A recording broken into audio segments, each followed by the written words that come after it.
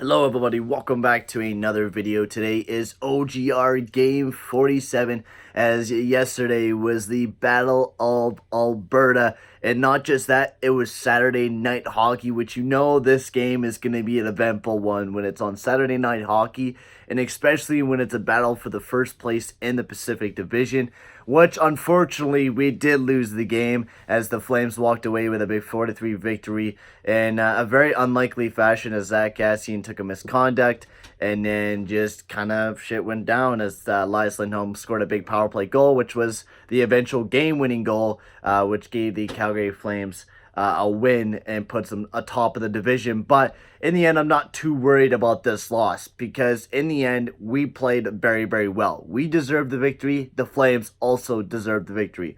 I think both teams deserved to come out with 2 points on this night because the way that you looked at the stat sheet, it was dead ass even.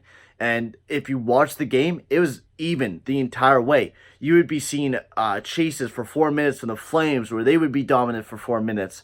And then you would see for 4 minutes the Edmonton Oilers pushing the tempo. And then you would see the Flames pushing the tempo. It really was a back and forth game until the third period where the Flames eventually just locked things down and was finally able to just get the victory. But let's take a look at the stat sheet as Flames dead ass even in shots, 33-32 for the Flames. Face-offs, Edmonton Oilers were very, very dominant in the first couple periods with the face-offs, and then the Flames just kind of took it right back as they won 55-45% face-offs. The special teams, they definitely won. They got the big goal there on the power play when Kassian took that double minor. They got the big goal there, and then Edmonton Oilers just wasn't able to capitalize on the one power play they got.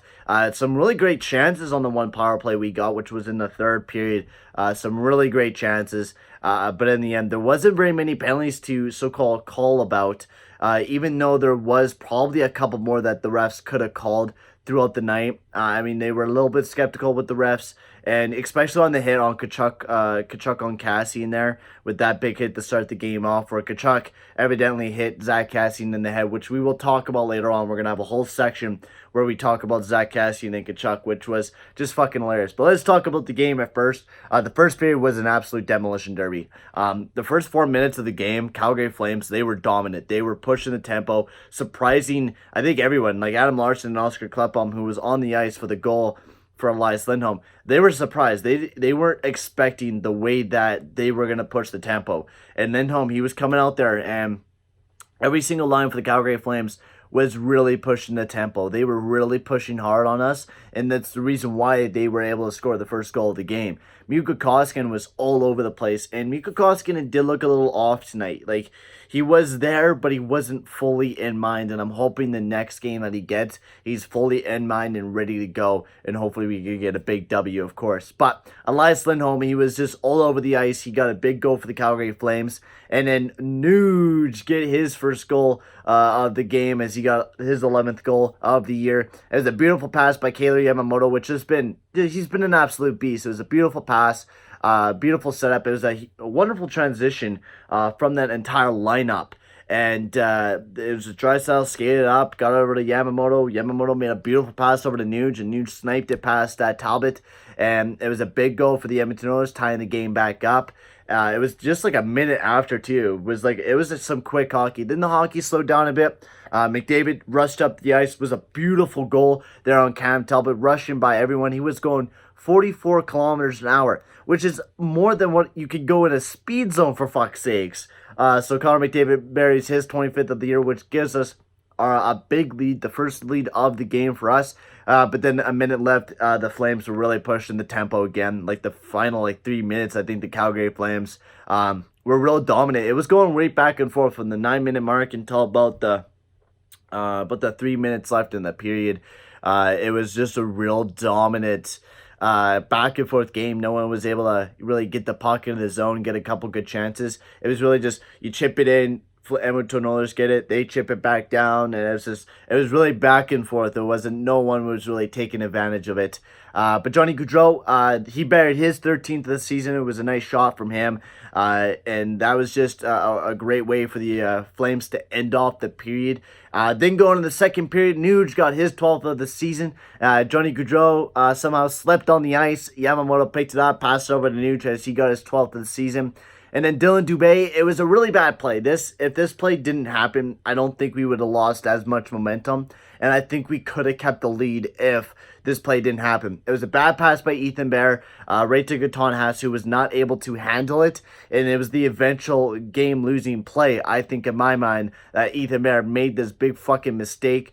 And I'm not going to hammer on the kid because he's going to make mistakes like this. He's a young guy. It's his first year in the NHL. Shit happens. And you know what, Ethan Barrett, you're a great fucking defenseman. You make one mistake. There should have been a lot more guys backing you guys up because there wasn't very many backup. It was just Gaetan Haas and nobody else. So honestly, that should have been more of a capitalization. Then to start off the third period, we had a power play. We had a double minor. We were able to kill it off the first half of it. And then Elias Lindholm just buries a huge one, which was the eventual game-winning goal. Now, there has been a ton of controversy about this game, as in the first period, there was a huge hit from Tkachuk on Kassian. As Tkachuk all fucking game was targeting Zach Kassian. And to me, this is kind of a little bit of bullshit, because if you're going to be targeting another player, you got to be able to stand up to the belt. You got to be able to fucking fight this guy, right? Which Tkachuk decided to turtle up and do fucking nothing, which to me is kind of a pussy move, right? In my time of playing hockey, if I'm going to talk shit, if I'm going to target a player, I'm going to be ready to fight with that guy, right? I'm going to be ready to take that toll. In the end, I mean, it was definitely a huge fucking penalty that Calgary Flames took advantage on, and they took the W, right? In the end of things. And that's the way that you got to play hockey, is be that agitator. But in the end, you don't need to fucking hit the guy in the fucking face when he's vulnerable coming around the fucking wraparound. And to me, that should be an automatic suspension, because it was a hit to the head on Zach Kassian, and then a hit from behind right up against the boards, which is another dangerous hit. Which is a good reason why Zach Kassian got pissed off, because he gets hit in the head in the first period. Then the second period, he gets absolutely demolished on the back of the in the letters, right? In the end, Zach Kassian beat the fuck out of Tkachuk, and it was my screensaver for the longest time last night, because it was fucking hilarious to see Tkachuk get fucking ragdolled and do nothing and turtle up like a little bitch. Like, honestly, it was such a bitch fucking move. And then Rasmus Anderson also coming out and saying, like, McDavid and Draisaitl embellish shit. Are you fucking joking me, bud? How the fuck do they embellish shit? There's fucking sticks all up in them. So they're not posted. They just need to keep moving on and not embellish things. Like, fuck off. Your Tkachuk decided to turtle up like a little bitch and fucking just take it. Kassian, I love Zach Kassian's comments too. He comes out and calls him a pussy and that. Honestly, if you're going to be going and hitting the player like that and targeting them, you need to be able to take a fucking punch to the fucking face or even stand up for your fucking self. That's the way I see it. And I guess Tkachuk didn't see it that way. He just took the 4-minute penalty and a fucking absolute embarrassment on social media today. And this rivalry, it's getting intense. And we have 2 games upcoming in this month. One coming up on the 29th of January, right after the All-Star break. So it should be a fun game. It's probably going to be a very intense game, as we got 2 more games coming up before the All-Star break. So that means we're going to get almost near 50. Nashville is coming up, and I'm pretty sure Arizona is also coming up. So we need these 2 big victories before we go into the All-Star break. I feel like we need to keep playing that whole hand. Mikko Koskinen, he played red hot. Cam Talbot also played red hot. Of course, the one night he was facing us, he was playing probably one of his best nights. He was absolutely stellar in the net. But I'm really excited to see. I'm hoping Zach Kassian, he probably is going to get suspended. But I'm hoping the same goes for Tkachuk, because you hit somebody in the head, you got to be able to say that, hey, that is the penalty that needs to be called, or a miscall, or a suspension that needs to be called. I'm hoping they do some kind of hearing, or Zach Kassian at least talks about it in the hearing that he'll be getting. But in the end, probably Tkachuk is not going to be suspended. It's Zach Kassian. NHL has always been like that. When it's somebody like Zach Kassian, they're never going to throw a suspension unless it's one of the all-stars. This is kind of the way that the league goes sometimes. But in the end, guys, I'm going to end the video here. Make sure to like and subscribe. I'm really excited to see what will happen in the next rivalry between the Calgary Flames and the Edmonton Oilers. But right now, we need to get a big victory against the Nashville Predators and the Arizona Coyotes, and hopefully we can get back in the top of the division. But right now, guys, I'm going to sign off, and I'll see you guys all in the next video. Adios, amigos. Hi, everybody. Welcome to Oil Country, Edmonton, Alberta. He's Ray Ferraro. I'm James Cebulski. The Oilers have had this portion of the schedule circled for a while. They're home for a bit, get some practice time in, too. The first game of the homestand, though, James, is always important because what looks like a good thing on the schedule can go south in a hurry if you play poorly and everybody gets agitated. Setters glide into position for the opening draw. Into the offensive zone. And tries to make a diagonal pass. Whoa. Scores! It's in the back of the net!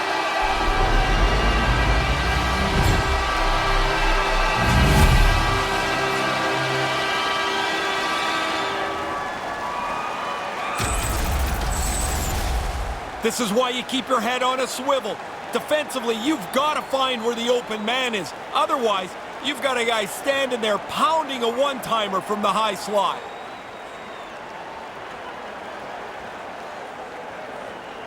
So amped up. Thanks for doing this. Man, thank you. Scores! Going for the Nashville Predators.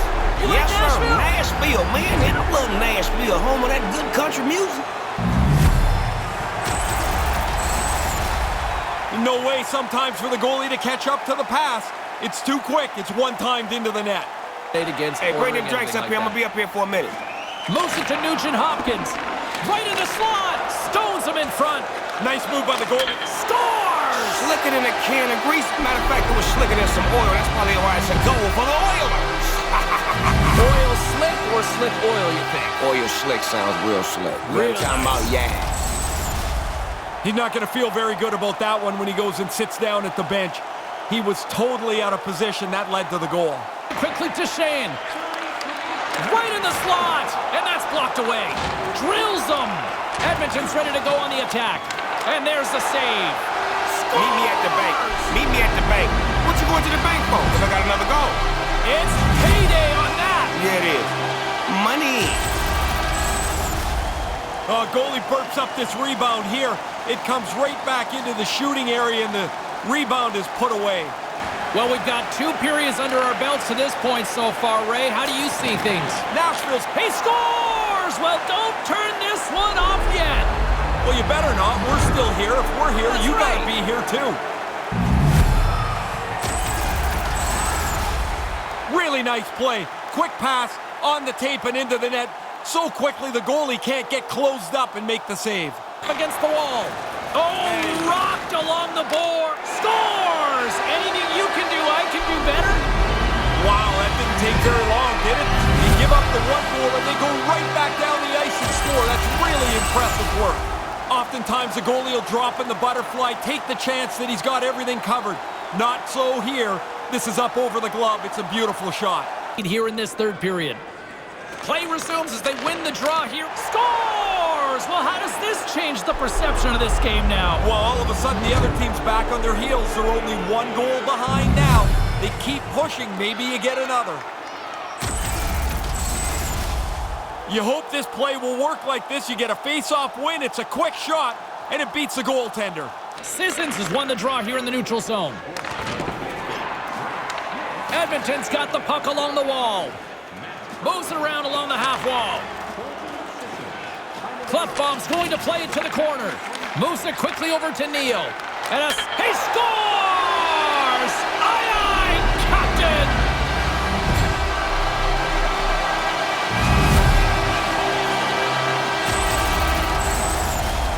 He doesn't miss too many, James. He leads his team in goals for a reason.